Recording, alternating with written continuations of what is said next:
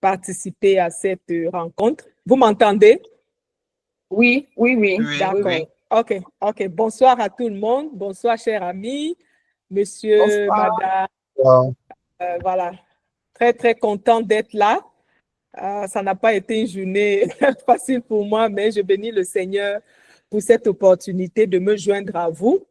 Et c'est toujours important de se connecter à des personnes qui désirent faire la différence, parce que je crois que si vous êtes là aujourd'hui, c'est parce que vous désirez faire la différence, vous désirez marquer votre génération. Voilà, il y avait plusieurs autres choses que vous pouviez être en train de faire, mais si vous avez choisi de vous connecter ici, c'est parce qu'il y a quelque chose de particulier que vous recherchez. Et je bénis le Seigneur pour ce temps de prière parce que nous croyons que lui-même, il va nous conduire et que chacun de nous partira d'ici avec quelque chose de plus dans sa marche avec le Seigneur, dans la marche vers un impact un peu plus grand. Voilà. Je suis Micheline Koubé. Je travaille avec Campus pour Christ, pour ceux qui connaissent Campus pour Christ, depuis plus de 25 ans. Et par la grâce de Dieu, j'ai fait le tour de plusieurs stratégies dans cette grande organisation qui est une organisation mondiale. Et le Seigneur a bien voulu me faire passer par plusieurs stratégies. Et parce que l'un de mes points forts, c'est je suis une apprenante. Voilà, donc j'aime bien partout où on apprend. Et le Seigneur me connaissant, il me fait passer par des différents endroits où je vais apprendre. Ça, c'est l'un de mes points forts. Le premier même de mes points forts, si vous avez déjà fait le test de Strength Finder, voilà, donc l'un de mes points, le premier, c'est learn. Je suis vraiment une apprenante et j'aime bien apprendre, j'aime bien découvrir, j'aime bien chercher. Voilà, donc je suis avec Campus pour Christ et particulièrement dans la stratégie Leader Impact. Je dirige Leader Impact en Côte d'Ivoire et également je facilite les autres pays, particulièrement les pays francophones, à également lancer la stratégie Leader Impact, qui est une stratégie auprès des leaders influents afin de les... Il y a un micro là, si nous pouvons fermer le micro, ce serait bien. Voilà. Donc, et je suis également, par la grâce de Dieu, coordinatrice de la gestion des crises de Campus pour Christ au niveau de l'Afrique. Et ce qui fait que, une fois de plus, dans mon point fort d'apprenant, j'apprends beaucoup de ce qui se passe ailleurs dans le monde entier. Et voilà. Alors, j'ai l'opportunité aujourd'hui de partager avec vous ce thème si important. Laissez-moi partager mon écran. Alors, tu share screen. Je n'utilise pas souvent.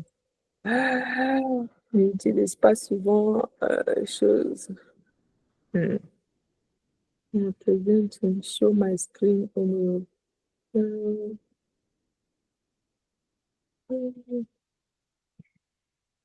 OK. La technologie sur my screen. Oui?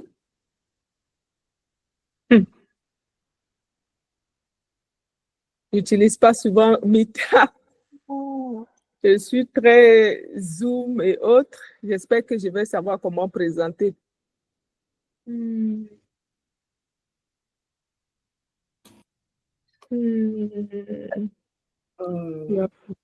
Attendez. Ça là, c'est pas ce que je veux présenter. C'est pas ce que je veux présenter, ça.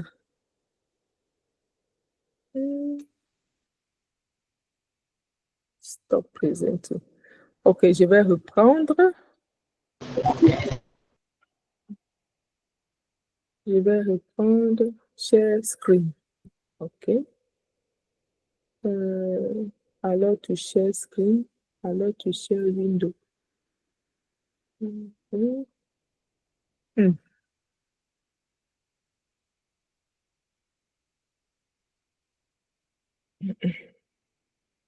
Pas ça.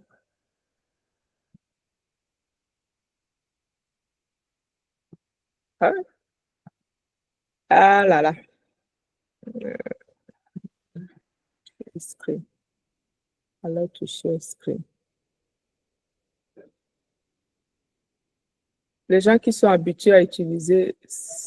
Oui, au moins tu peux partager, tu peux mettre share screen, partager ton écran et Oui, puis tu vas sur ta présentation. Là, ça va tu partages et je vais tu sur ma... mets share screen et puis tu vas sur ta Uh-huh. présentation. Non, voilà, voilà. Donc, Non. Là, voilà, on maintenant, voit vous ta voyez. présentation. Oui, oui, Justement, oui, on on voit ta voit. présentation. Et qu'est-ce que j'ai fait maintenant? Attendez, je Va regarde. juste sur ton document. Non, tu vas juste sur ton document. OK. Mais ça présente plein de choses là. OK, je mets share screen et puis je vais sur mon document. Mais ça fait beaucoup de documents. Hein. Le document est derrière. Le document est derrière. Voilà. Voilà. Bon, maintenant, je veux monter. C'est en bas là. Est-ce que vous voyez bien? On voit En fait, il faut passer en mode présentation, en mode en diapo. mode Passer en mode présentation. Ah, voilà. Non? OK. Voilà. OK. OK, Je c'est bon. suis une apprenante. Félicitations. D'accord, merci beaucoup. Donc, aujourd'hui, nous allons partager un peu sur le leadership et la destinée, et particulièrement découvrir sa mission de vie personnelle. Ça, c'est le thème que notre sœur Olafemi a suggéré. Voilà, je sais que vous êtes déjà très au courant, au parfum de beaucoup de ces termes-là. Donc, pour certains, ça sera un moment de rappel, mais comme le Saint-Esprit est présent, il va attirer notre attention sur une ou deux choses et nous bénissons son nom pour ça. Alors, rapidement, on va commencer par la définition de quelques mots. Et John Maxwell, il définit le leadership comme étant l'influence. Il dit le leadership, c'est l'influence ni plus ni moins. Voilà. Donc, il y a beaucoup de définitions de l'influence. Il y en a tellement, mais j'ai voulu choisir cette définition simple du docteur John Maxwell pour nous rappeler que un leader, c'est une personne influente. Donc, le leadership, c'est de l'influence, ni plus ni moins. Et qu'est-ce qu'on entend par influence? L'influence, c'est la capacité d'inspirer l'autre à un comportement positif perpétuel. Voilà, c'est ça une influence. J'influence quelqu'un parce que j'ai la capacité de l'influencer afin que son comportement change, un comportement positif perpétuel. Également, c'est faire la différence dans la vie de l'autre. Voilà, c'est ça le leadership. C'est faire la différence dans la vie de l'autre. C'est inspirer l'autre à un comportement positif perpétuel, le leadership. Alors, également, nous avons la destinée. La destinée, c'est, quand j'ai regardé dans le dictionnaire, c'est l'avenir, c'est le sort, c'est la vocation, ce sont les plans, les projets. Et j'ai bien aimé cette autre définition, le projet de Dieu pour nous. La destinée, le projet de Dieu pour nous. Et comme passage biblique de référence, j'ai mis Éphésiens 2:10. Car nous sommes son ouvrage ayant été créé en Jésus-Christ pour de bonnes œuvres que Dieu a préparées d'avance afin que nous les pratiquions. Ce verset nous parle de notre destinée, du projet de Dieu pour nous. Quand on voit ce verset que certainement beaucoup d'entre vous connaissent, Dieu a déjà préparé des œuvres bonnes. Il nous a préparé déjà une destinée. Et cette destinée est faite d'œuvres bonnes. Il les a préparées d'avance, tout simplement pour que nous les pratiquions. Donc, c'est notre responsabilité de vivre la destinée que Dieu a préparée d'avance pour vous et moi. Voilà. Donc, notre destinée est préparée par Dieu. Notre destinée ne dépend pas des circonstances qui nous entourent. Notre destinée ne dépend pas de l'environnement dans lequel on se trouve, mais notre destinée nous vient de Dieu. Elle a été préparée d'avance. Et tout ce qu'il attend de nous, c'est que nous puissions la vivre et la pratiquer. Alors, nous allons également parler de la mission, parce qu'on a parlé de la mission de vie personnelle. C'est quoi une mission? Quelqu'un peut lire, s'il vous plaît?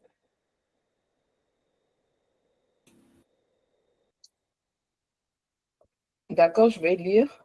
Mhm. La mission est une tâche ou un ensemble de tâches confiées à une personne ou un groupe de personnes dans le but d'atteindre un objectif spécifique.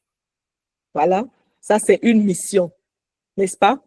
La mission, c'est une tâche ou un ensemble de tâches confiées à une personne ou un groupe de personnes dans le but d'atteindre un objectif spécifique. Ça, c'est une mission.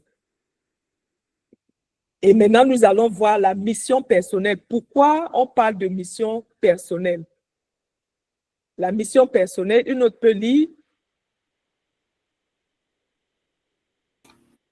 Est-ce qu'il y a un volontaire qui veut lire? La mission personnelle, but de la vie, vocation, raison d'être. Voilà, voilà. Donc, la mission personnelle, c'est le but de ma vie, c'est ma vocation, c'est ma raison d'être.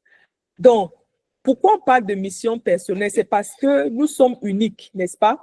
Nous sommes uniques. Deux personnes, comme vous le savez, même des vrais jumeaux n'ont pas les mêmes empreintes. N'ont pas les mêmes empreintes. Du fait que nous soyons uniques, nous avons donc une mission personnelle unique. Nous avons une mission personnelle spécifique. Nous avons une mission personnelle qui nous est, quand on se réfère à Éphésiens 2 que nous avons vu, qui nous a été préparée au moment où Dieu nous formait dans le sein de notre maman. Donc, elle est unique à nous. Donc, dans ma mission personnelle, je n'ai pas besoin de copier une personne, de faire comme une autre personne. Et c'est parce que j'ai une mission spécifique, j'ai une mission de vie personnelle, j'ai une raison d'être, j'ai un but pour ma vie parce que Dieu m'a créé avec un but. C'est ça la mission personnelle qui est un peu, on va parler également de la destinée. Alors, dans le thème qui nous a été proposé par notre sœur Ola, elle a parlé de découvrir. On dit de découvrir. Pourquoi on dit découvrir sa mission personnelle? Découvrir veut dire trouver ce qui est caché, ce qui est inconnu.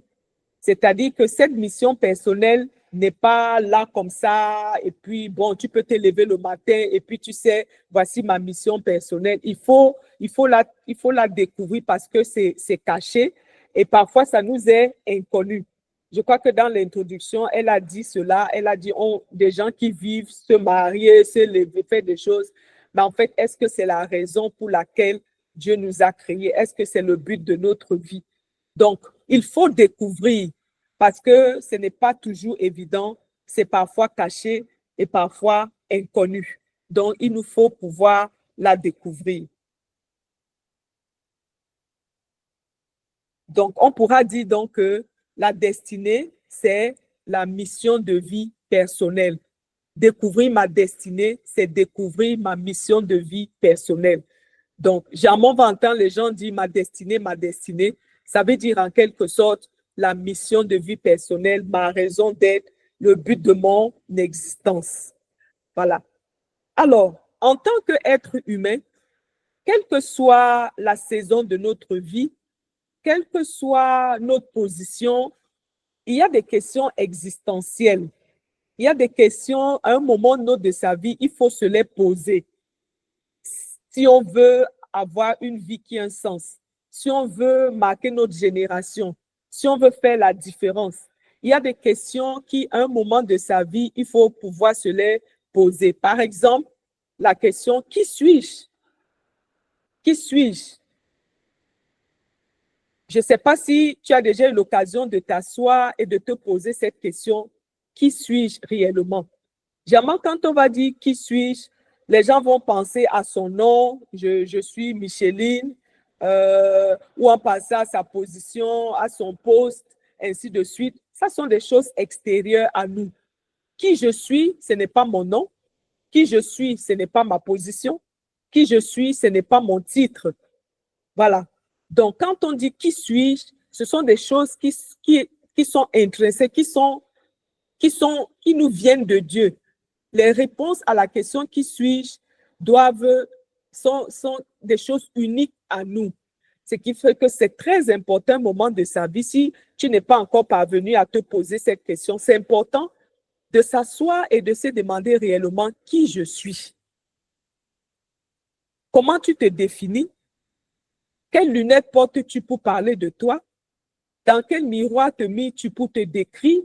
Ce sont des choses importantes si on veut faire la différence dans la vie, si on veut marquer notre génération, si on veut laisser avoir un impact positif dans la vie des gens, il faut pouvoir répondre à cette question: qui suis-je? Alors, afin de pouvoir répondre à cette question, il y a des éléments importants qui décrivent qui nous sommes. Et ces éléments importants ne nous sont pas donnés par quelqu'un, mais ce sont des éléments qu'on a reçus de Dieu. Ce sont des éléments qui font de nous les personnes que nous sommes. Le premier élément, ce sont les valeurs fondamentales. Il faut pouvoir découvrir, identifier quelles sont ces valeurs. Ce sont nos valeurs fondamentales qui donnent une direction à notre vie. On va parler un peu, c'est quoi une valeur fondamentale? Quelqu'un peut lire? Oui. Oui, vas-y, oui. Oui?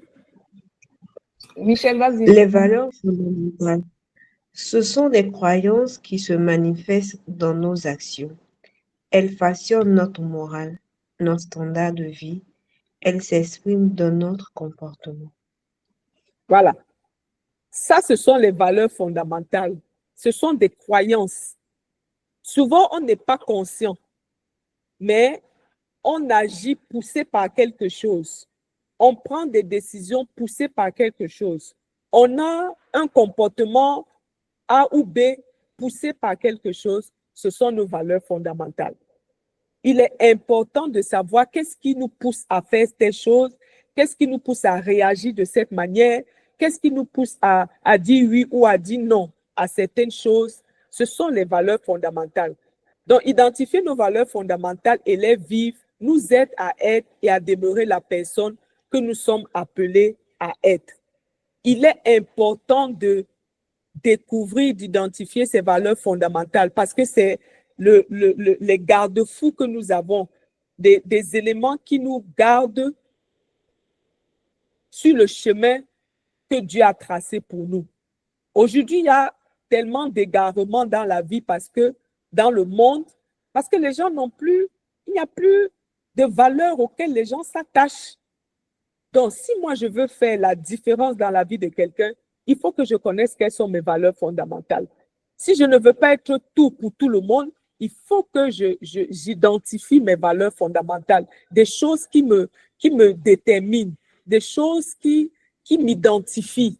Voilà, c'est unique à moi, mes valeurs fondamentales. Donc, c'est important de s'asseoir et de réfléchir quelles sont mes valeurs fondamentales, quelles sont ces croyances qui se manifestent dans mes actions et qui déterminent mon standard de vie.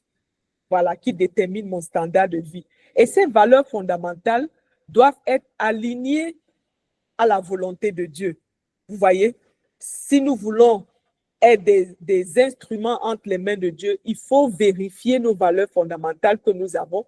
Est-ce qu'elles sont alignées à la vérité de Dieu? Donc ça, c'était le premier élément sur les valeurs fondamentales. Le deuxième élément, ce sont les passions. Généralement, on va nous dire que les passions sont dangereuses et tout ça. Voilà, mais il faut comprendre que Dieu nous a créés avec des passions. Dieu a placé une ou des passions dans le cœur de chaque personne. Et ce n'est pas pour nous perdre, parce que Dieu ne nous a pas créés pour nous perdre. Mais il a une raison d'avoir mis dans le cœur de chacun des passions. Les passions sont nos intuitions les plus profondes. Elles nous conduisent, elles résonnent dans nos cœurs. C'est le cri du cœur, les aspirations du cœur. Les passions élargissent nos vies. Dieu a placé des passions dans nos cœurs pour nous conduire à la mission qu'il a pour nos vies. Donc, en fait, les passions qui viennent de Dieu, qu'il a placées dans nos cœurs au moment où il nous façonnait dans le sein, comme le psaume 139 le dit, il nous tissait dans le sein maternel. Il a placé des passions dans nos cœurs. Et ces passions sont uniques. Ce sont ces passions qui vont nous donner de persévérer. Ce sont ces passions qui vont nous donner de tenir ferme parce qu'on est passionné par la chose. Notre cœur crie pour quelque chose de spécifique. Donc, ces passions dont nous conduisent vers la mission que Dieu a pour nos vies. Donc, pour mieux discerner les avantages de connaître les passions, pourquoi est-ce que c'est important de connaître ces passions? Ça nous permet de discerner les cris de nos cœurs. Ça nous permet également d'avoir une image de soi plus claire et positive. Vous voyez? Ça nous permet d'atteindre notre potentiel. Quand je connais ma passion, je m'investis davantage à développer cette passion pour la gloire de Dieu. Voilà. Donc, également, ça nous aide à prendre des meilleures décisions quand les occasions se présentent et également à vivre nos vies dans le contentement et la joie. Quand je connais ma passion, j'ai pas besoin d'envier quelqu'un. J'ai pas besoin de dire, ah, je vais être comme tel. J'ai à mon envie des gens parce qu'on ne connaît pas que nous-mêmes, nous avons des passions que nous pouvons développer qui vont donner un sens à notre vie. Donc, ça, c'était le deuxième élément, c'était les passions. Ensuite, on a les dons et les talents. On a les dons et les talents, c'est-à-dire ce en quoi vous êtes bon. Il faut pouvoir s'asseoir et dire, je suis bon en ci, en ça, en ça. Ce que vous faites naturellement sans trop d'efforts, ce que les autres recherchent constamment chez vous, ce pourquoi vous êtes le plus souvent sollicité. Tout ça, ce sont les différentes pièces qui nous aident ou bien qui vont nous aider à identifier notre mission de vie personnelle. Parce que ça ne tombe pas, comme j'ai dit, ça ne vient pas par hasard. Ou bien ma mère ne va pas me dire, ta mission de vie, c'est ceci. Mon directeur ne va pas me dire, voici ta mission de vie personnelle. Mon ami ne va pas me dire, parce que ce n'est pas une personne qui va nous dire quelle est notre mission de vie personnelle, mais elle nous a été donnée par Dieu au moment où il nous façonnait. Mais maintenant, il faut un processus pour découvrir, identifier cette mission. Donc, les dons et les talents, ce en quoi vous êtes bon. Est-ce que vous êtes déjà assis et vous dites avec assurance que je suis bon en ceci, je suis bon en cela? Ce que vous faites naturellement sans trop d'efforts, ce que les autres recherchent constamment chez vous. Pourquoi est-ce que les gens vous cherchent souvent? Ce sont des indices qui peuvent vous permettre d'identifier quels sont vos dons et vos talents. Quand vous êtes dans un groupe, les gens vous sollicitent souvent pourquoi? C'est-à-dire que vous savez faire cette chose-là. C'est-à-dire que vous êtes bien dans cette chose-là. Voilà. Ce pourquoi vous êtes le plus souvent sollicité, vos dons et vos talents. Ensuite, un autre élément qui est important de connaître, c'est votre type de personnalité. Vous voyez? Nos missions personnelles sont rattachées à notre type de personnalité. Donc, le type de personnalité, je vais préciser ici que la personnalité est différente du caractère. Parce que notre personnalité est innée. Elle nous vient de Dieu. Par contre, le caractère, ce n'est pas la même chose. Le caractère, ce sont des choses qu'on forge et qu'on développe au fil du temps. Donc, on doit faire une distinction entre la personnalité et le caractère. Il n'y a pas de mauvaise personnalité, mais il y a de mauvais caractères. Notre personnalité, elle est innée, on ne va pas la changer. Les circonstances autour de nous peuvent essayer de l'étouffer. Mais avec le temps, quand on est conscient, on laisse transparaître notre personnalité. Alors que le caractère, ce n'est pas la même chose. On peut avoir un bon caractère, on peut avoir un mauvais caractère. Le caractère, on le façonne. Maintenant, il faut connaître quel est mon type de personnalité. Il y a des missions spécifiques attachées à un type de personnalité spécifique. Alors, chaque type de personnalité a des points forts et des points faibles. Voilà le type de personnalité, les grands groupes. Le sanguin, c'est un extraverti. Le colérique, c'est un extraverti. Je n'ai pas dit coléreux. Le colérique, c'est un extraverti. Le phlegmatique, c'est un introverti. et le mélancolique qui est également un introverti. Donc, c'est important. On n'a pas le temps pour aller en détail.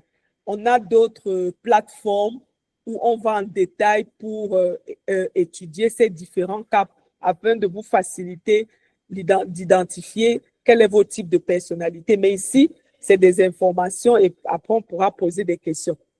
Donc, aucun de ces types de personnalités n'est mauvais, aucun n'est bon.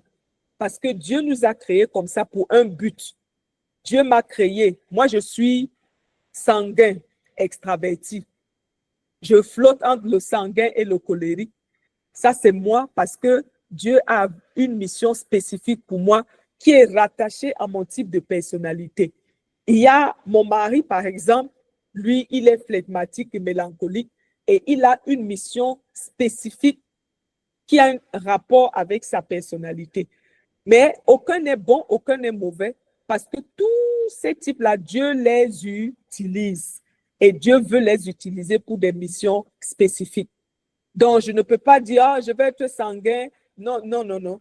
Chacun a son type de personnalité rattaché à la mission spécifique que Dieu a pour sa vie.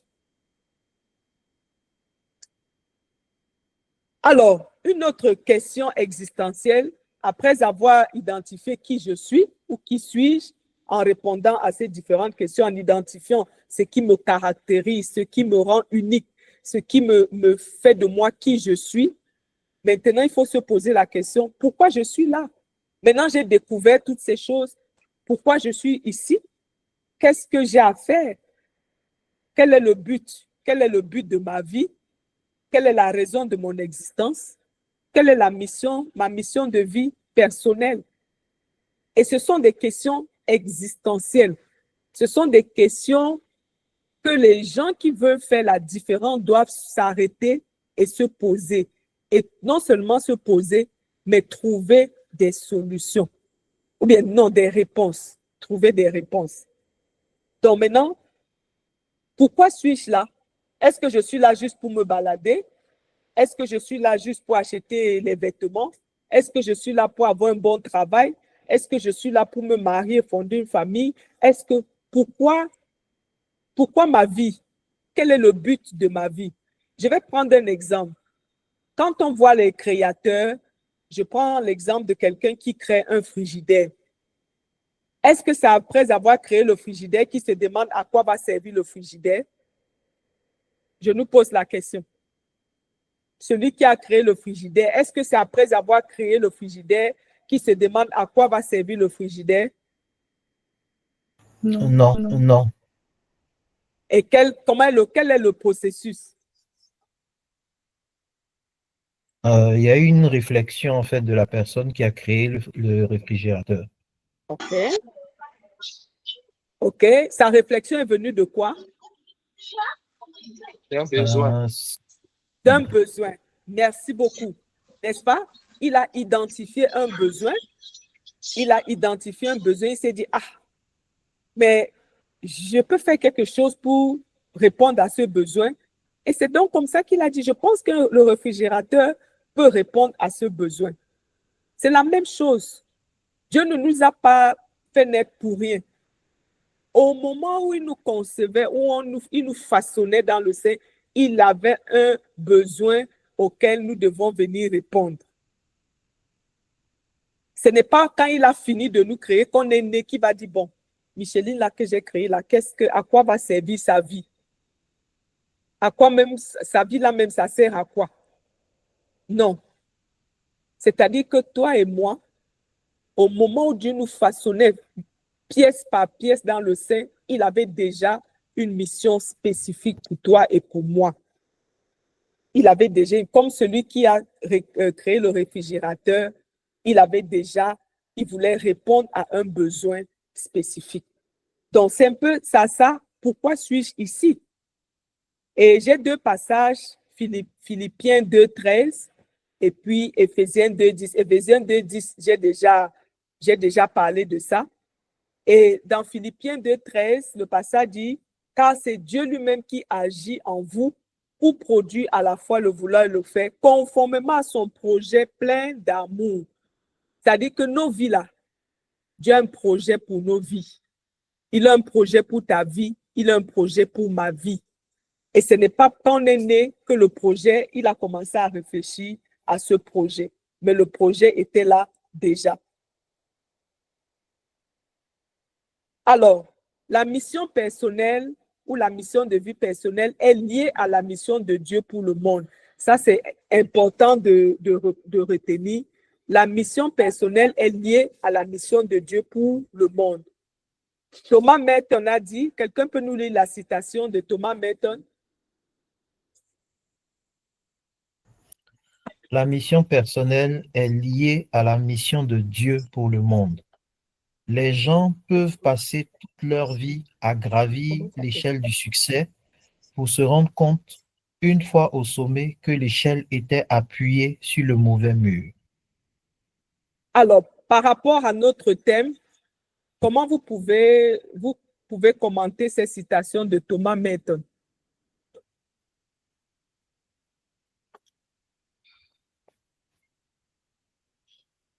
La parole est ouverte. Pour ceux qui veulent intervenir peuvent lever la main. Mm-hmm.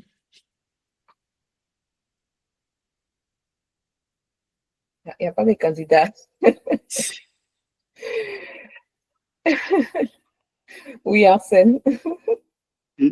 Merci. Bon, le commentaire que je peux faire sur ce texte de Thomas Merton est que les gens se préoccupent plus de leur projet personnel, de leur envie, que de rechercher en fait la mission pour laquelle ils sont venus sur Terre. Du coup, ils se retrouvent en fait en train de réaliser leur propre désir, le désir qui peut animer leur vie personnelle, enfin leur vie personnelle, leur chair, leur standard de vie par rapport à l'entourage.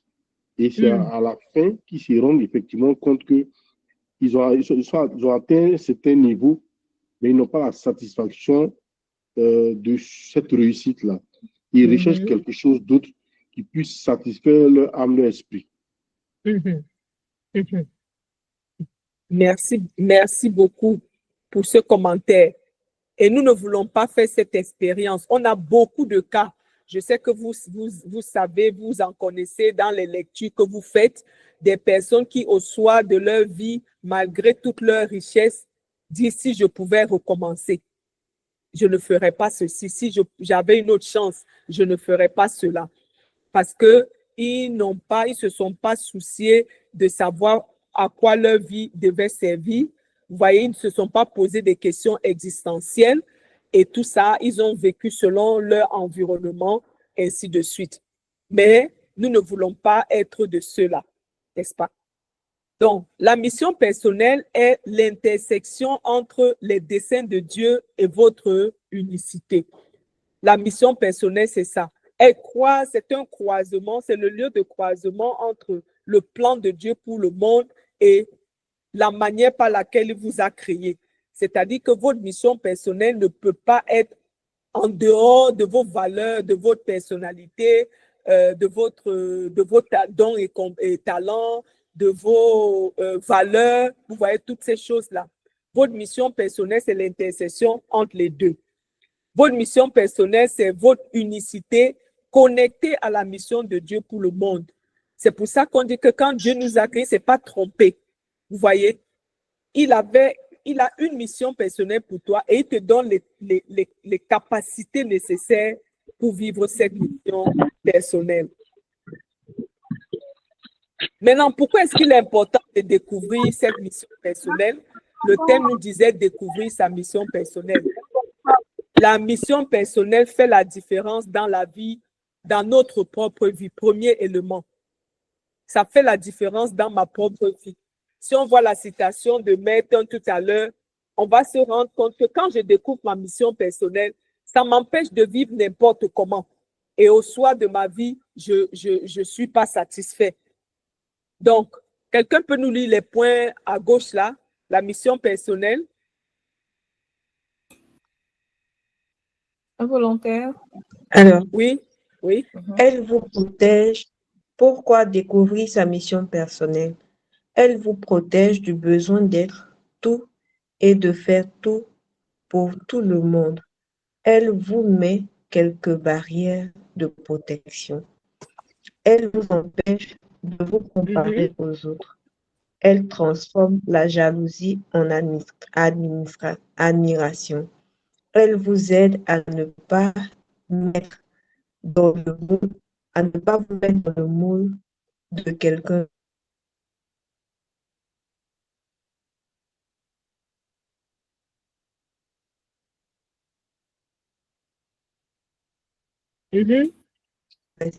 Votre vrai nord et la source de votre valeur.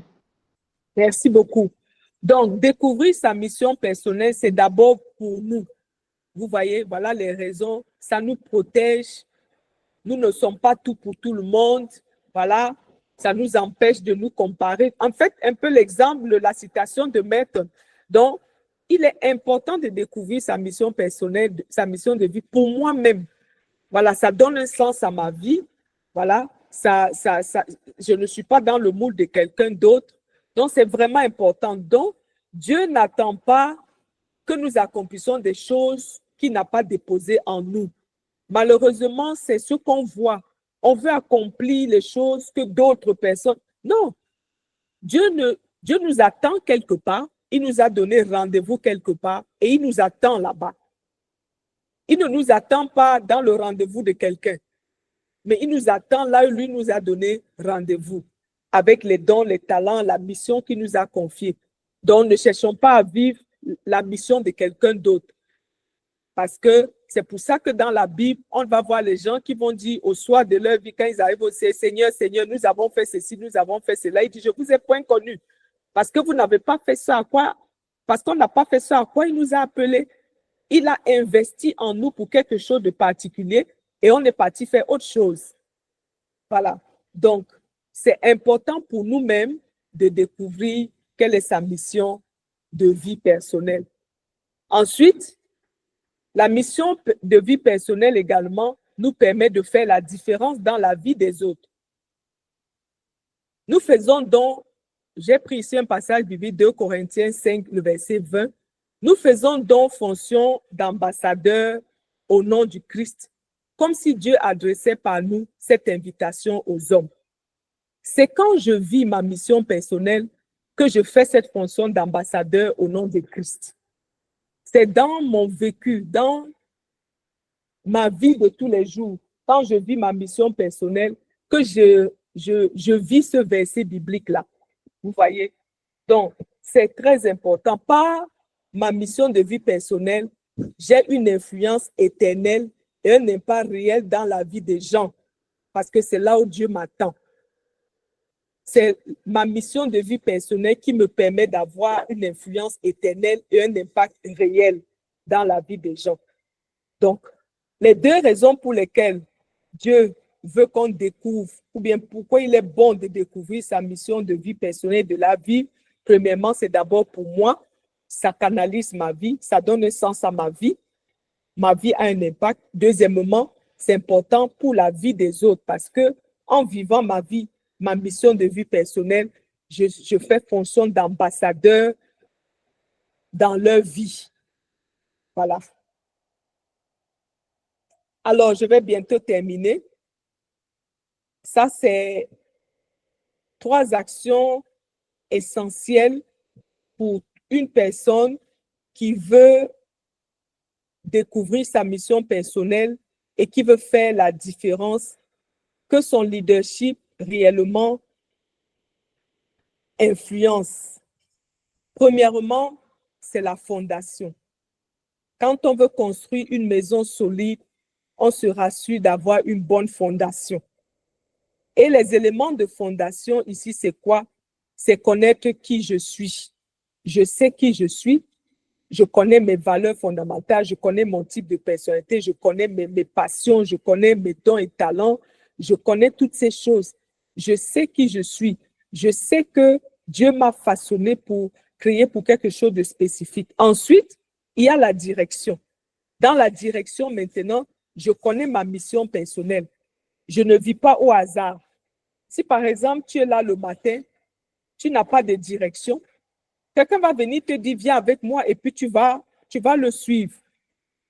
Mais si tu connais ta direction, tu sais que je vais à Yamoussoukro, voilà, je vais à Yamoussoukro et tu connais le chemin que tu vas emprunter, c'est très important. Et ensuite, maintenant, il y a l'action. Donc, ces trois éléments, il faut les mettre ensemble. Quand un élément manque, vous n'aurez pas, on ne pourra pas avoir le leadership qu'on devra avoir ou l'influence qu'on devra avoir. Fondation, plus direction, plus action. Nous sommes donc équipés pour une vie qui a un impact. Nous sommes équipés pour un leadership qui fait la différence. Nous sommes équipés pour vivre une mission de vie personnelle qui marque des générations. Donc, c'est très important de connaître ça. Mais si j'ai juste la fondation, j'ai la direction, mais je n'ai pas d'action, c'est-à-dire je ne pose pas des actes en rapport avec ma mission personnelle, je n'aurai pas d'impact. Si j'ai la fondation, j'ai l'action, mais je n'ai pas de direction, c'est-à-dire je vais dans tous les sens, je n'aurai pas un impact durable. Si j'ai l'action, j'ai la direction, mais je n'ai pas la fondation, c'est-à-dire je ne suis pas aligné au plan de Dieu pour moi. Je peux faire de grandes choses, je serai comme cette citation de Hatton, je gravis des échelons, mais à la fin, je me rends compte que mon échelle était positionnée sur le mauvais mur. Qu'est-ce que je fais? Donc, c'est très important, grosso modo. Voilà donc les éléments qu'il est important pour nous de savoir. Un leadership qui fait la différence doit être connecté à notre mission de vie personnelle, qui est notre destinée. La destinée, c'est ma mission de vie personnelle reçue de Dieu. Ça, c'est ma destinée. Et ce sont des choses bonnes que Dieu a préparées d'avance. C'est-à-dire, je suis un leader, mais pas juste un leader de position, mais je dois être un leader d'influence. Parce que le leader de position, il se contente de son titre, alors que le leader d'influence, il pousse les autres à un changement, une transformation qui glorifie le Seigneur. Donc, pour un leadership selon Dieu, il faut que ce leadership soit connecté à notre destinée, soit connecté à notre mission de vie personnelle. Voilà, j'ai préféré être un peu courte et nous laisser l'occasion de poser des questions et d'échanger. Donc, merci beaucoup. Merci beaucoup. Merci, Maman Couvé. Est-ce qu'on peut envoyer des likes, des cœurs et tout? Je vais ouvrir le chat.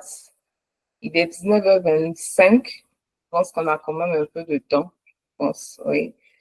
Merci beaucoup, Maman Couvé, pour cet exposé qui est concis et très clair, je pense. Voilà. Il nous a donné même la connaissance même par rapport à notre mission de vie, savoir qui nous sommes, savoir où nous allons et comment découvrir toutes ces choses. Donc, je vais laisser la parole à tout un chacun. S'il y a des questions, on va les prendre au fur et à mesure. Voilà. Est-ce qu'il y a une question? Est-ce qu'il y a un commentaire? C'est ouvert.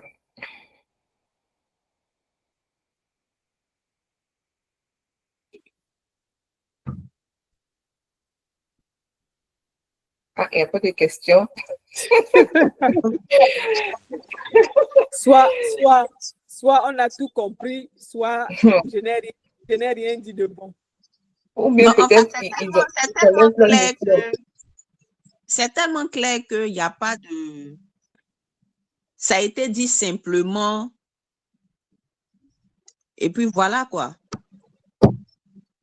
Ou bien vous connaissez vos missions. Peut-être que vous connaissez. Non, mais elle a donné les doigts qu'on va partir chercher maintenant.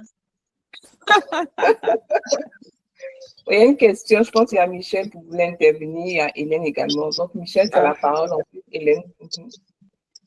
D'accord. Alors, moi, je voulais déjà féliciter maman Micheline pour son intervention et tout. Et c'est vraiment pas une question. Mais je voulais, maman, s'il te plaît, que tu reviennes sur les différentes de personnalités où on parle de sanguin, colérique, Okay. mélancolique. S'il te plaît, si c'est possible. Voilà. Je souhaite vraiment en savoir un peu plus. C'est-à-dire, qu'est-ce que tu veux savoir en particulier? Comment faire pour savoir qu'une personne est mélancolique? OK. OK. Bon, je peux vous donner juste brièvement, mais je peux vous promettre d'envoyer quelque chose par Olafemi. Je crois qu'elle a vos contacts et elle pourra partager cela avec vous. Ça va vous aider peut-être à comprendre davantage un peu, si c'est possible. Mais brièvement, je peux vous donner quelques caractéristiques de chaque catégorie. Et après, vous pourrez, je vais envoyer des documents par rapport à ça que vous pourrez lire si ça vous convient. D'accord. Ça nous convient déjà. Merci, Momo. OK. Donc, quand on parle, par exemple, du sanguin, le sanguin, c'est quelqu'un d'extraverti, comme je disais tout à l'heure. C'est quelqu'un d'extraverti, c'est-à-dire que ce qu'il pense là, il ne cache pas. C'est-à-dire, vous connaissez directement qui il est, ce qu'il pense. Il partage vraiment la personne qu'il est. Le sanguin, on les appelle généralement le sanguin populaire. C'est une personne extravertie. C'est une personne qui parle beaucoup. C'est quelqu'un qui est très optimiste et qui s'exprime facilement, qui est transparent, n'est-ce pas? Ce que la personne pense transparaît facilement. Voilà, ça, c'est le sanguin qu'on appelle généralement le sanguin populaire. C'est quelqu'un qui se fait facilement des amis, n'est-ce pas? Sa personnalité attire les autres. Voilà, elle se porte facilement volontaire. Donc, comme je disais, chaque type de personnalité a ses points forts et ses points faibles. Cette personne est très curieuse, elle est sincère, elle est source d'inspiration pour les autres, pardonne facilement, mais elle a également des points faibles. Les points faibles, c'est qu'elle parle trop. Vous voyez, elle parle trop, elle interrompt souvent dans les conversations. Tu vois, elle ne finit pas toujours ce qu'elle commence par. Elle est facilement distraite. Tu vois, des choses comme ça. Ça, c'est le sanguin populaire. C'est quelqu'un qui se fait facilement les amis parce que sa personnalité attire les autres. Maintenant, le colérique, c'est quelqu'un qui est une personne de pouvoir. C'est une personne également extravertie. Il est optimiste. Il domine, également transparent. Il ne cache pas, ses sentiments ne sont pas à l'intérieur. Il est fait connaître. C'est un leader né, il a des objectifs, il motive les autres à agir. Parfois, il n'a même pas besoin d'amis, mais ses points faibles, c'est qu'il est trop autoritaire, impatient. Tu vois, c'est quelqu'un qui sait tout, il manque de tact et de souplesse, tu vois, et il montre difficilement ses émotions. Maintenant, le mélancolique, on les appelle généralement le mélancolique parfait. C'est un introverti, c'est quelqu'un qui réfléchit beaucoup. Parfois, il est pessimiste. Il analyse trop les choses avant d'agir. C'est une personne qui aime vivre caché. Tu vois, ses sentiments sont généralement cachés et tout. Donc, mais c'est une personne très profonde qui réfléchit, qui prend son temps pour prendre des décisions. Il maintient l'ordre dans ses choses. Il est prudent dans ses amitiés. Tu vois, des choses comme ça. Et point faible du mélancolique parfait, il a des sauts d'humeur. Il a parfois une fausse humilité, très renfermé, peut cacher son affection. Voilà. Il demande beaucoup aux autres. Il place la barre très haut pour les autres. Et il a besoin d'approbation des autres. Il y a le phlegmatique pacifique. Le phlegmatique, c'est quelqu'un qui est très pacifique. C'est un introverti également. Il observe beaucoup. il cherche les moyens faciles pour réaliser ces choses. Point fort, il est tranquille. Il a un sens d'humour fin. Point faible, c'est quelqu'un qui peut être paresseux. Il s'inquiète beaucoup. Il refroidit l'enthousiasme des autres. Il juge les autres avec rigueur. Il fait beaucoup de compromis. C'est les gens qui sont souvent, comment on appelle, ils procrastinent beaucoup. Tu vois, des choses comme ça. Donc, ça, c'est quelques détails par rapport au type. Mais tous ces types de personnalités sont importants. Et dans une entreprise, dans une famille, il y a tous ces types de personnalités dans une famille. Parce qu'une famille ne peut pas être faite de sanguin seulement. Une famille ne peut pas être faite de colérique seulement. Une famille ne peut pas être faite de mélancolique seulement. Donc, si vous êtes un chef d'entreprise ou bien quelque chose, je vous encourage, quand vous formez vos équipes ou que vous recrutez les gens, cherchez des gens qui ont ces différents types de personnalités ou tempéraments pour former votre équipe.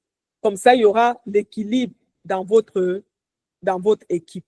Pendant que certains, comme les sanguins et les colériques, vont très, très, très vite, les mélancoliques et les flegmatiques réfléchissent un peu plus. Et ça, c'est l'avantage que j'ai avec mon mari. Nous avons deux types de personnalités. Moi, comme j'ai dit, je suis sanguin colérique, très, très rapide à faire les choses. Mon mari, il est de l'autre côté. Il temporise beaucoup. Et vraiment, si ce n'était pas son tempérament et sa personnalité, j'aurais fait souvent parfois beaucoup d'erreurs. Mais il m'amène à réfléchir davantage avant de prendre certaines décisions. Donc, voilà un peu ce que je peux dire. Merci, Maman Coupé. Merci beaucoup pour cette réponse. Je pense que certains vont se retrouver dans certaines caractéristiques. C'est ça. Mais comme tu l'as dit, voilà, quand tu vas partager le document, on pourra le partager à d'autres. Il y a encore des questions dans la pile. On va prendre Hélène, voilà, qui était la suivante. Hélène, après Yohan, et puis il y a Vivien qui a posé pas mal de questions dans le chat. OK. Hélène, tu as la parole.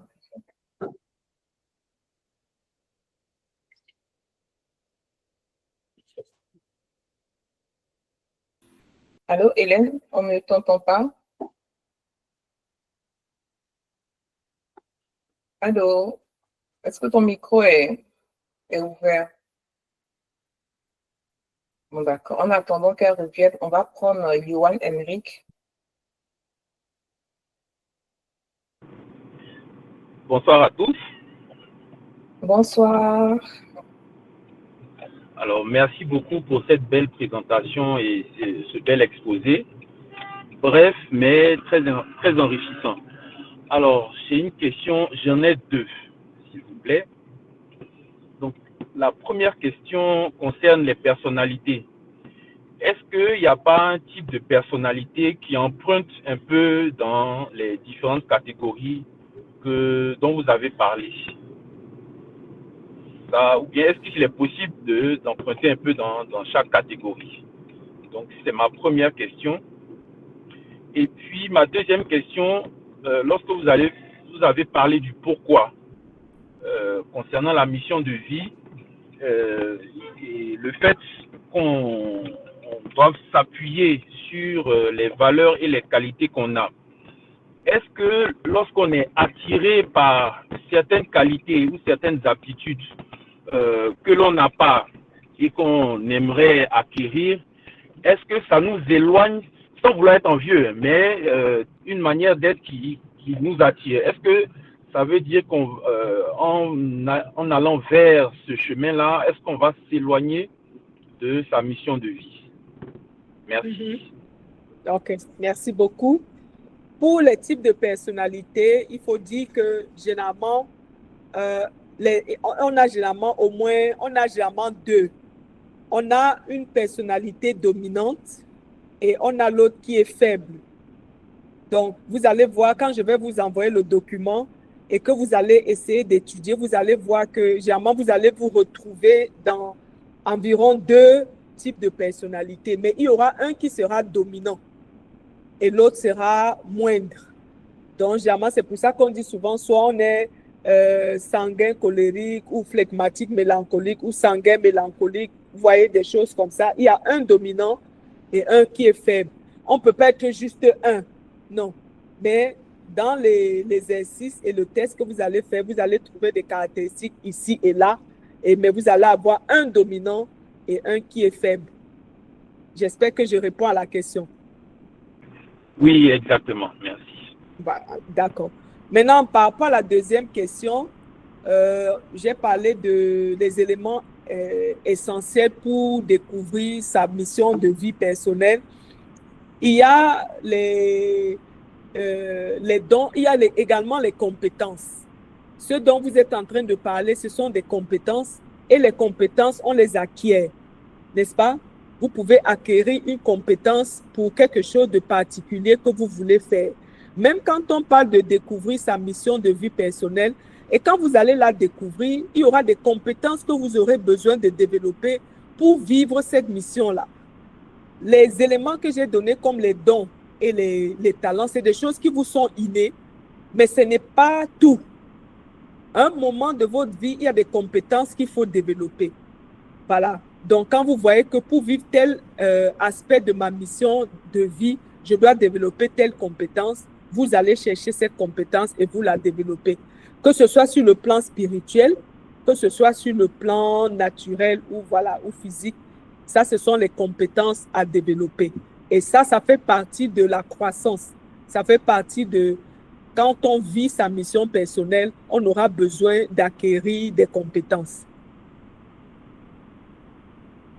Ce n'est pas une question d'envie, mais ça fait partie du processus normal. On va acquérir certaines compétences. Comme par exemple, aller à l'école, vous voyez, par exemple, aller à l'école, on acquiert des compétences académiques. Donc, c'est un peu dans ce sens-là. Ok. Johan, c'est bon? Oui, excellent. Merci infiniment. Merci. Merci, maman, pour cette réponse. On va revenir à Hélène, si c'est bon, avec le micro. Hélène, tu as la parole.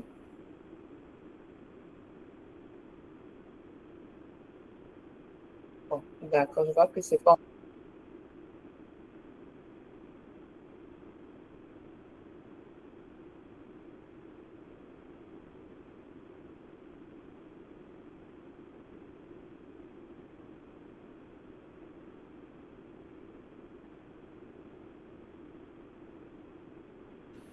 Je prends la question de Hélène qui a écrit dans le chat. Elle a dit comment est-ce qu'on fait pour découvrir son don vu que c'est inné?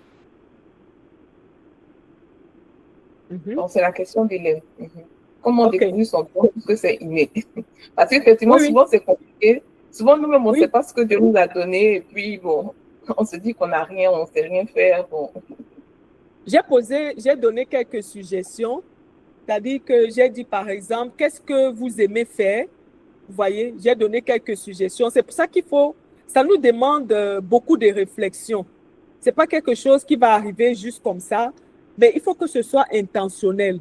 Découvrir son don, c'est intentionnel. C'est déjà, il faut commencer à prendre conscience que j'ai une mission à accomplir et ma mission accomplie là est attachée à mes dons. Et comprendre que tout le monde a des dons. Il n'y a personne qui existe ici sans don ou sans mission de vie. Tout le monde en a. Parce que si on est vivant, c'est parce que Dieu a un but pour notre vie. Par exemple, ce en quoi tu es bon, il faut prendre le temps et t'observer et étudier et en quoi est-ce que je suis bonne. Tu vois? Qu'est-ce que je fais bien? Ensuite, qu'est-ce que tu fais naturellement sans trop d'efforts? Il faut pouvoir s'arrêter et dire, et je suis sûre que si on prend le temps, chacun va découvrir ce qu'il fait naturellement sans trop d'efforts. Par contre, moi, je peux regarder comme ça, je dis, hey, comment la personne fait telle chose? Parce que c'est son don. Moi, quand je regarde ça, je dis, mais c'est tellement compliqué. Il y a des gens qui savent coudre. C'est naturel, c'est net, mais il y a d'autres personnes, ils ne savent pas. Il y a des gens qui parlent facilement, vous voyez, en public, mais d'autres, ils vont même aller faire, on appelle ça quoi? Toastmaster aussi, c'est quoi parler là? Mais ils n'arrivent pas, parce que ce n'est pas son don. Voilà. Donc ensuite, qu'est-ce que les autres cherchent souvent chez vous, ils vous sollicitent souvent pourquoi? Tu vois, il y a des gens, généralement, quand il y a, par exemple, des cérémonies, on va dire, ah, attends, je vais voir Olafemi Laël. Vous voyez, quand vous regardez, il y a des gens comme ça.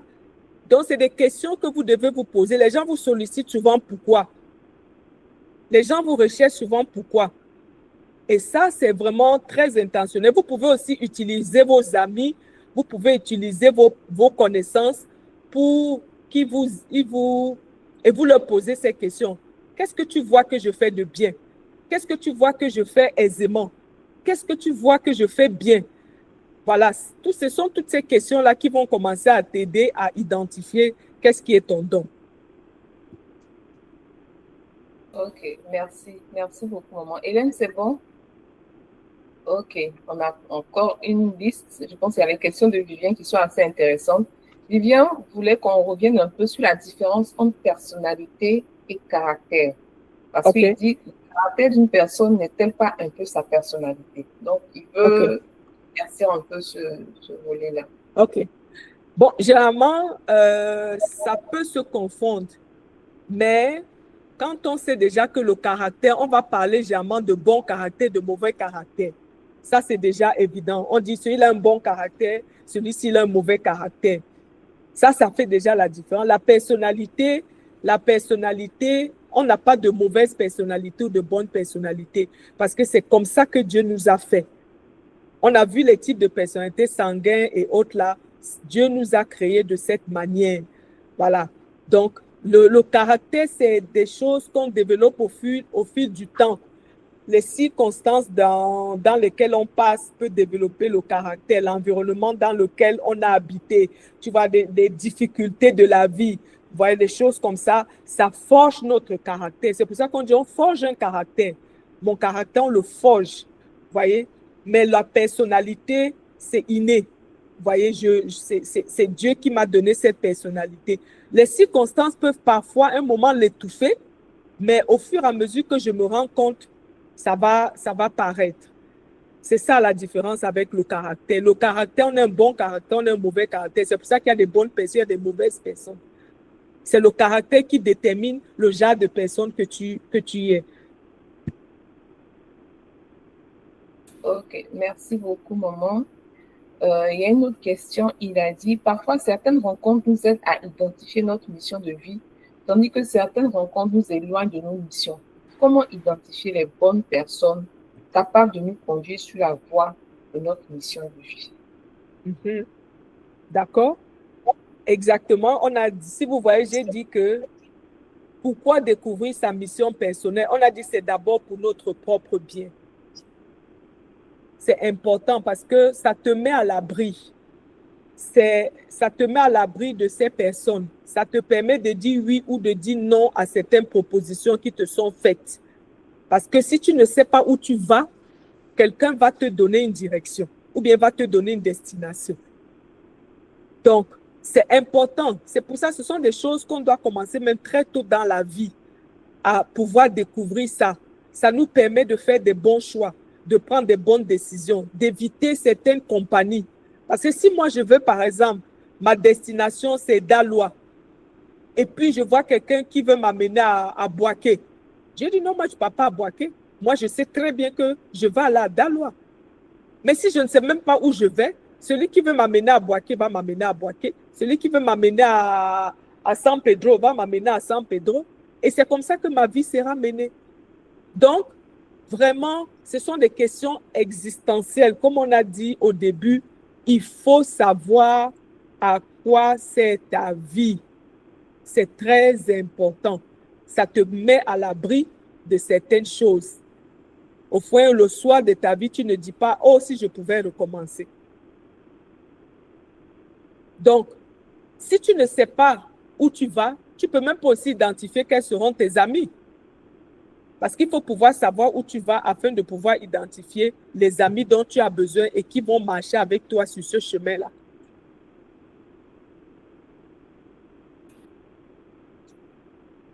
Merci, maman Koubé. Moi, cette question-là, moi, ça me fait penser justement parce que comment est-ce que, en tant que parent, on peut accompagner nos enfants dans la découverte de leur mission?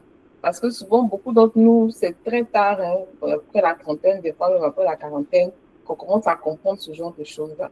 Donc, comment est-ce qu'en tant que parents, on peut accompagner nos enfants et à partir de quel âge on peut les accompagner pour qu'eux aussi, ils puissent facilement, pas facilement, mais commencer très tôt pour faire la découverte de leur mission? Vraiment, en tant que parents, c'est nous-mêmes déjà, en tant que parents, il faut d'abord soi-même savoir qu'on a une mission personnelle. Et c'est une grâce de savoir ces choses tôt. Ouais. Ce qui fait que quand on a nos enfants dès tout petits, par exemple, les dons et les talents des enfants, on peut déjà les identifier dès qu'ils sont tout petits et commencer à les aider à développer ces dons et ces talents. Voilà. Parce que c'est avec ça qu'ils vont faire la différence. Jamais dans notre contexte africain, entre guillemets, on a tendance à dire, par exemple, prenons un enfant à l'école.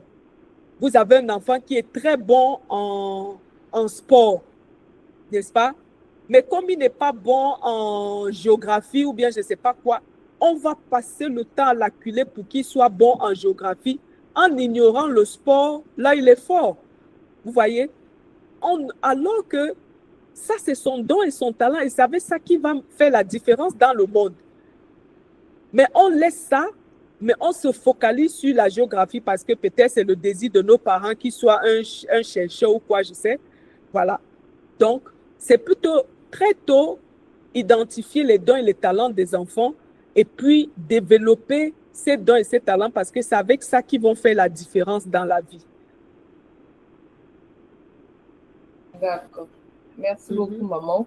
J'ai une autre question qui, cette fois-ci, c'est en rapport avec la mission de vie d'un couple. Il y a Jacques qui demande qu'est-ce qu'on fait?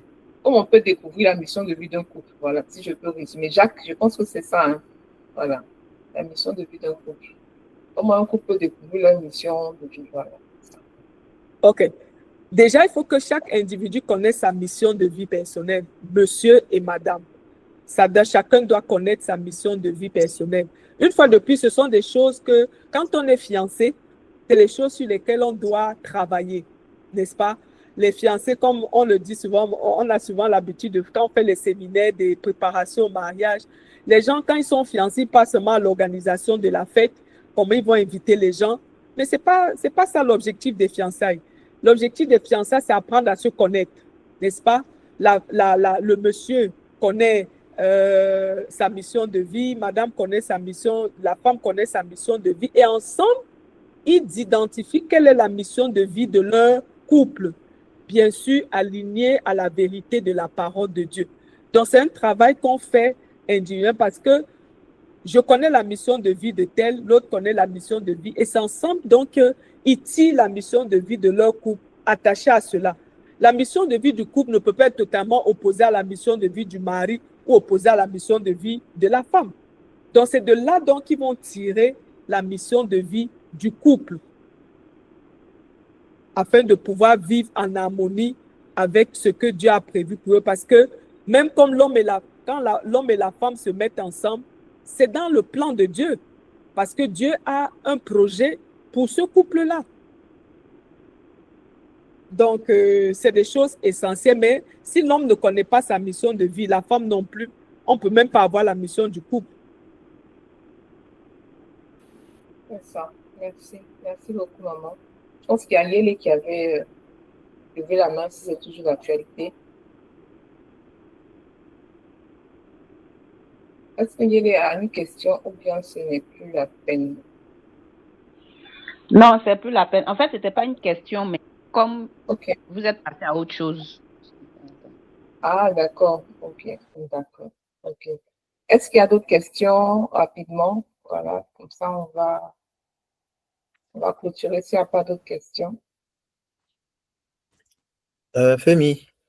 Oui, Jacques. Je pense que Vivi avait une deuxième question où il a parlé de pourquoi certains identifient facilement leur mission de vie et d'autres ont du mal à le faire. Je pense qu'il y a cette question-là qui a été omise. Ah oui, Pourquoi pardon. certaines... Oui, c'est ça. Ok, d'accord. Donc, pourquoi certaines personnes arrivent à identifier facilement leur mission et d'autres ont du mal à le faire? C'est la prise de conscience. C'est tout simplement la prise de conscience quand on commence à se poser ces questions existentielles. Quand tu commences à te poser des questions existentielles, ça te pousse aux recherches, ça te pousse à chercher.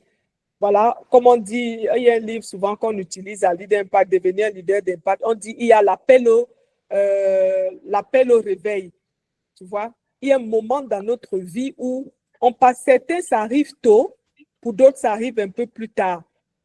Participer aux choses comme ça peut être l'appel au réveil de quelqu'un, de commencer à dire, attends, je dois me poser ces questions, tu vois, des choses comme ça. Donc, au fur et à mesure que tu te poses des questions, tu vas chercher des réponses et puis tu vas identifier ta mission. Mais tant que tu es dans un environnement, bon, on ne parle pas de ces choses, tu ne vas pas aussi connaître. C'est ça, c'est ça. Merci. Merci beaucoup, maman. Moi, j'avais une question par rapport à la mission de vie et à la vie professionnelle. Est-ce que la mission de vie c'est obligé qu'on exerce notre mission de vie dans notre vie professionnelle, ou bien on peut exercer un métier mais qui n'a rien à voir avec notre vie professionnelle, ou bien à un certain moment donné, il faudra faire un choix. Parce que moi, par exemple, j'ai été dans des postes, mais je ne me retrouvais pas. Donc, à chaque fois, j'ai dû changer.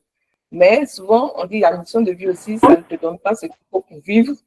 Donc, enfin, voilà, je veux comprendre un peu. La mission de vie qui vient de Dieu va te donner ce dont tu as besoin pour vivre. Amen. Parce que ce qu'on a pour vivre vient de Dieu.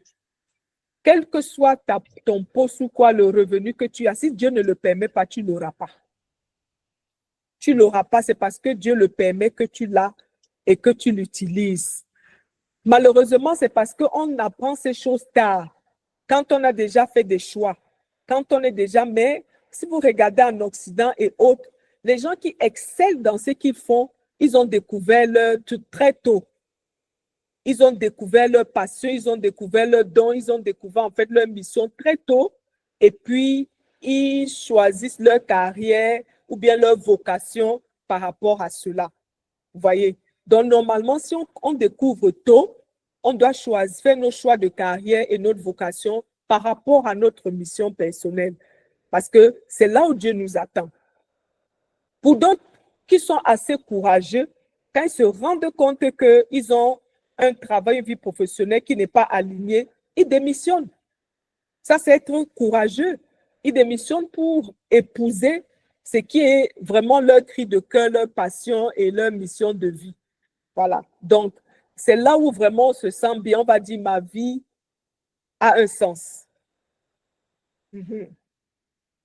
C'est ça, c'est exactement ça. Merci beaucoup, Maman Koubé. Je pense que vous avez levé la main. Bon, si ce n'est pas d'actualité, Maman Koubé va nous présenter rapidement les programmes de Leader Impact et puis on va prier et se séparer. Donc, Yé, si tu avais, ta question est toujours d'actualité, on va la prendre. Puis, non, ça va. Ça va, d'accord. Merci beaucoup. Donc, Maman Koubé, tu nous as parlé de Leader Impact, donc je sais que l'UNEVA a beaucoup de programmes, donc je te laisse nous présenter un peu ce que vous faites en ce moment, et puis si des personnes sont intéressées après, on leur donnera les liens et tout pour plus d'informations. Ok, merci beaucoup. Leader Impact, c'est, comme je disais, c'est une stratégie de campus pour Christ qui a pour cible les leaders, comme le nom l'indique, tout leader qui impact. Donc, c'est un peu ça, Leader Impact. Et nous avons deux branches. Nous avons Leader Impact Next. Ça, c'est pour les jeunes cadres de 18 à 35 ans, 18 à 40 ans maximum. Et là, c'est très tôt, on commence à parler de leadership, d'impact, d'influence, de transformation, de choix de carrière à toutes ces personnes-là à travers les différentes formations que nous avons. On a vraiment beaucoup de formations, on a beaucoup d'outils pour aider les uns les autres, mais je voudrais préciser que c'est une organisation chrétienne, donc toutes les choses que nous avons sont vraiment basées sur la Bible. Ce sont des vérités bibliques qui aident à faire la différence. Alors, on a des groupes pour les femmes, des groupes pour les hommes, On peut vous équiper également à découvrir votre mission personnelle et à la vivre en vous suivant, en vous donnant l'encadrement nécessaire, le coaching nécessaire et ce dont vous avez besoin pour vivre votre mission personnelle et commencer vous-même à avoir un impact dans la vie des autres. Donc, on a plusieurs types de formations. En ce moment, on a un groupe des hommes qui va finir bientôt. On a un groupe de femmes, on a un groupe de jeunes. Voilà, donc il y a plusieurs outils. On a le fondement. C'est un outil essentiel de base qui nous permet d'évaluer notre vie. Où est-ce que nous en sommes afin de savoir quelle est la direction qu'on va emprunter. Dans la vie, on se fixe un but, on se fixe des objectifs et on apprend à vivre en fonction de ces objectifs. Donc, c'est une stratégie, fait beaucoup de formations. Voilà. Et la valeur, comment on appelle, l'apport unique de Lead Impact, c'est aider les gens à vivre une vie intégrée, vie personnelle, vie professionnelle et vie spirituelle intégrée, et non pas vivre dans une dichotomie entre le sacré et le séculier, ma vie personnelle ici, ma vie professionnelle là-bas et ma vie spirituelle de l'autre côté. Mais le véritable impact arrive quand on met tous ces trois domaines ensemble de manière intégrée. Voilà où l'impact vient. Donc, grosso modo, c'est un peu ça. Olafemi a mes contacts. Donc, si vous voulez connaître davantage, on peut échanger. Nos bureaux sont à Angre 7e tranche, au Pont Soro.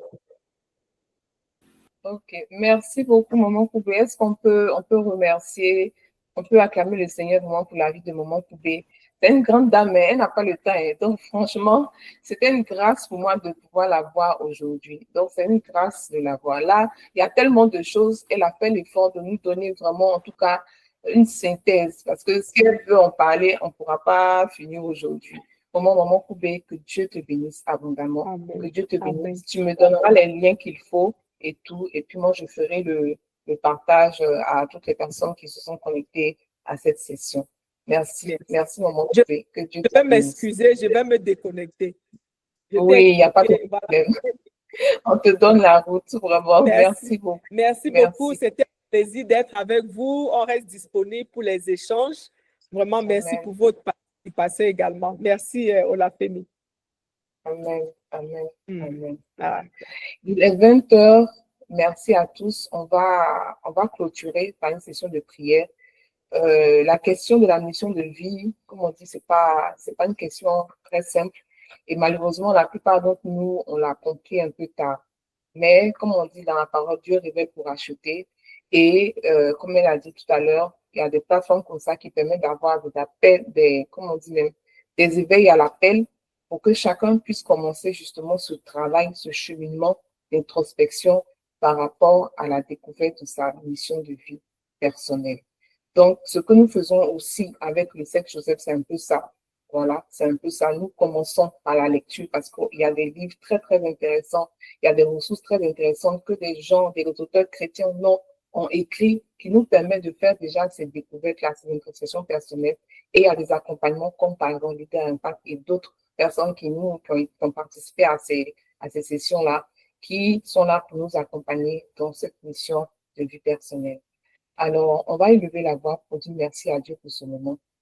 Et on va prier pour que ce que le Seigneur nous a révélé ce soir, ou bien les points sur lesquels il a attiré notre attention, qu'on puisse encore approfondir cela par ces temps de prière et qu'il puisse mettre, comme Julien l'a dit dans le chat, des personnes pour nous aider à avancer. Parce que souvent aussi, on n'a pas ces personnes-là qui nous aident à aller sur le chemin, qui nous montrent la voie.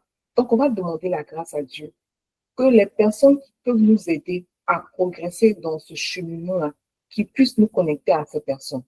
Il y a un père spirituel, le Bishop Awaka, qui dit que quand Dieu veut vous bénir, il vous met des connexions.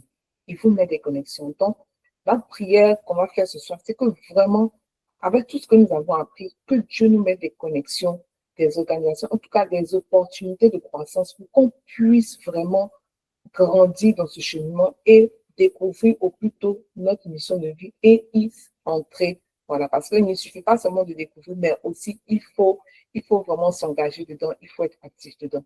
En tout cas, ceux qui le peuvent, élevons la voix et prions. Seigneur, nous voulons te dire merci pour ce temps, pour ce moment. Merci d'avoir éclairé notre esprit sur la nécessité de la nécessité personnelle. Merci de nous avoir permis de Voulons te bénir, te glorifier, te rendre grâce. Seigneur, nous Pour tout ce que tu nous as merci, Seigneur. Nous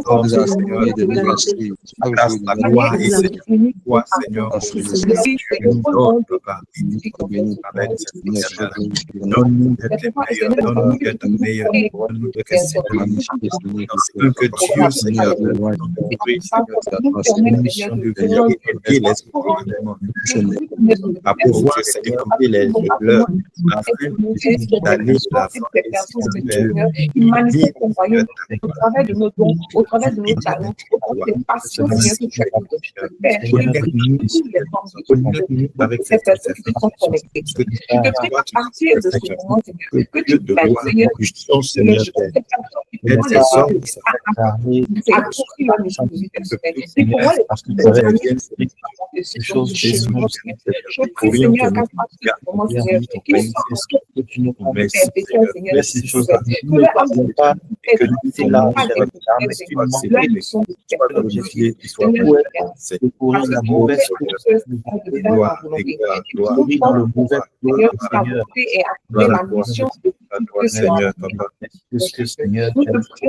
nous donner ce flamme afin que nous soyons engagés à réaliser cette mission et engagés, Seigneur, à réaliser cette mission, Seigneur, avant que tu t'appelles, Seigneur. Merci. Merci Seigneur pour merci pour les membres de leadership. Merci pour Madame Koubé Micheline. Merci pour ça. Merci pour sa mission. Merci pour son appel. Merci Seigneur pour ce que tu réalises au travers de nous. Au nom puissant de Jésus, nous avons. Au nom de Jésus. Amen. Amen. Amen. Merci beaucoup à tout un chacun. Merci pour votre présence. J'espère qu'il y a eu des déclics par rapport à tout cas à ce qui a été dit. Voilà, nous on est déjà engagés sur le chemin, mais je sais qu'il y a des personnes encore qui se posent des questions. Et c'est vraiment important d'être connecté à ce genre de programme pour que le Seigneur commence à vous interpeller sur ce qu'il attend de vous. Soyez bénis. S'il y a des interventions spécifiques, on peut les prendre 5 à 10 minutes. Et puis bon, ceux qui veulent se déconnecter, il n'y a pas de problème. Ils peuvent le faire. Surtout pour les nouvelles personnes. Marie DJ, c'est bon. Est-ce que tu... Je vous dis merci. Je dis merci à Corinne Sanogo qui m'a invité à vous suivre. Franchement, ça a été un moment de qualité. J'ai appris beaucoup et je bénis le nom de Dieu pour la vie de tout un chacun. Merci beaucoup. Amen. Et que Dieu fasse que tout ce qu'on a entendu puisse tomber sur de la terre fertile afin que ça puisse germer et qu'on ait de très bons fruits pour chacun d'entre nous. Merci beaucoup. Amen. Amen. Amen. Soyez bénis. Amen. Amen. Kwaku Hermance, est-ce que Kwaku Hermance veut nous partager un peu son retour? D'accord. Si Kwaku Hermance n'est pas là, je vois Michel. Est-ce que c'est là? Je vois Vanessa. Oui, je pense. Vanessa, si elle est connectée.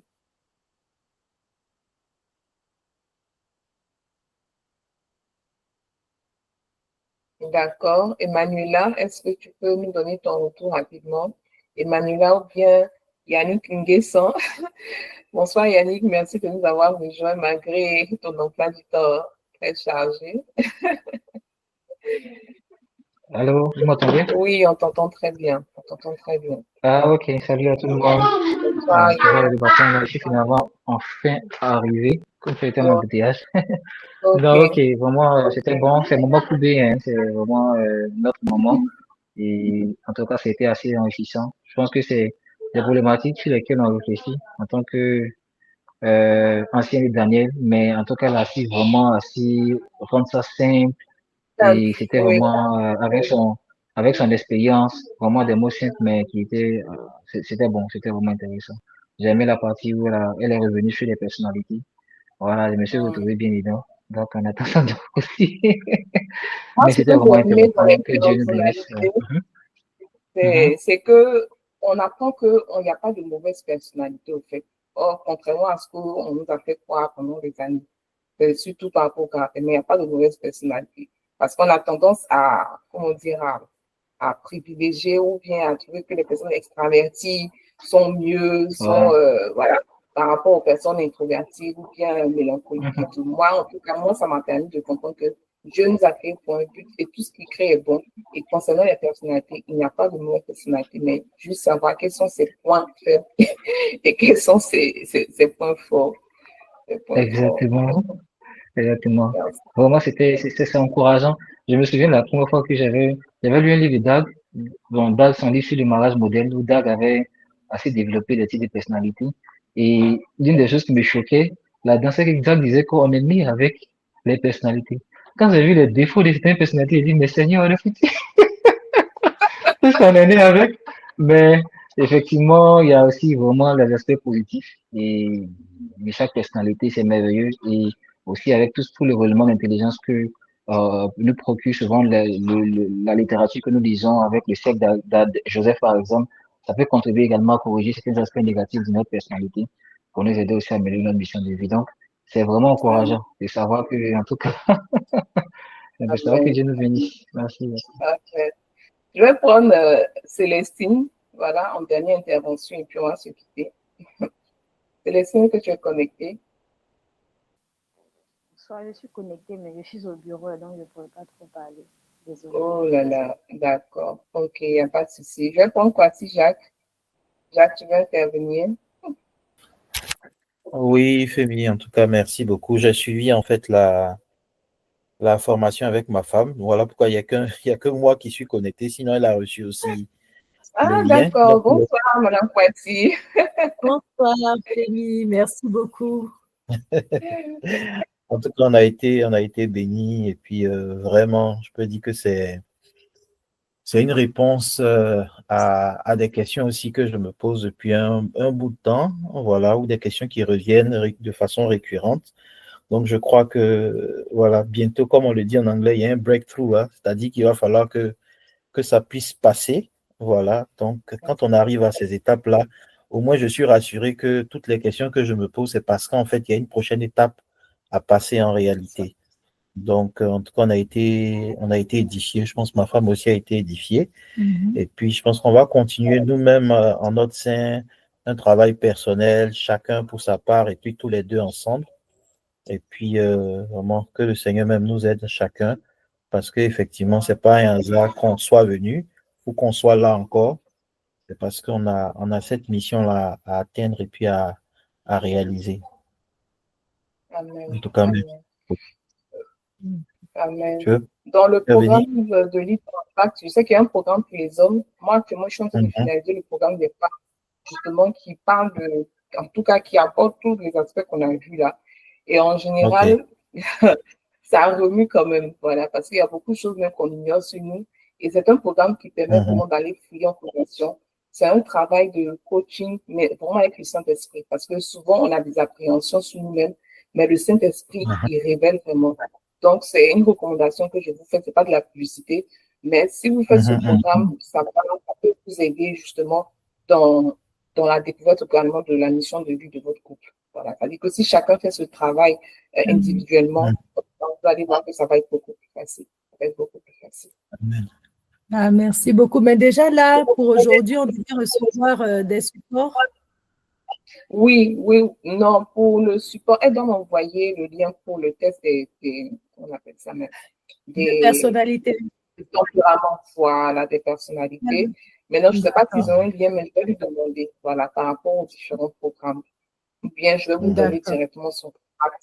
Voilà, tout simplement. D'accord. Okay, vraiment, merci. Merci à vous, merci à ceux qui nous rejoignent, Abidjan, de Boaké, d'ailleurs. Que Dieu vous bénisse. De Bouna, ou bien de Tingrela, Michel Beraka. Que Dieu vous bénisse. Et à bientôt. Vous recevrez le replay ce soir ou au plus tard demain. Voilà, ou au plus tard demain. Shalom. Ça marche. Shalom, merci beaucoup. Bonne soirée. Que Dieu nous garde. Merci. Bonne soirée. Que Dieu vous garde. Merci de tout bas.